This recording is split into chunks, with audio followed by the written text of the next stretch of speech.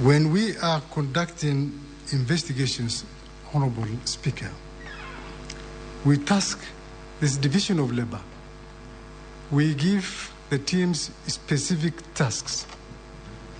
We have the action teams. We have the teams that do the interviews, the interrogations, the writing of the correspondences, the compilation of the file. So it is not the same team that collected the correspondence from EACC, the same team that arrested the suspect from Homa Bay.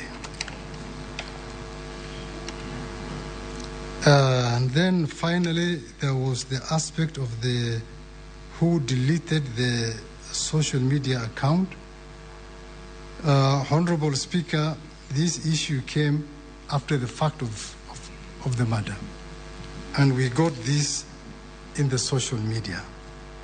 And I believe in their investigations, because we are not the ones having the conduct of the investigations.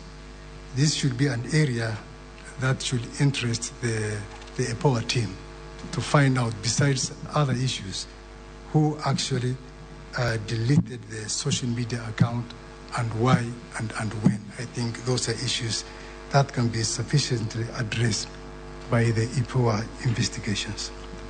Otherwise, Honorable Speaker, I want to rest my submission there unless there's another question. Thank you very much. Thank you, IG. Just before you take your seat, the question as to why the young man was arrested in Homa Bay, not charged in Homa Bay, but transferred all the way to Nairobi, was asked to the IG. His response was that the crime was committed in Nairobi. That was the response of the IG. There's some questions was directed to you, DCI, and this was your response, that the crime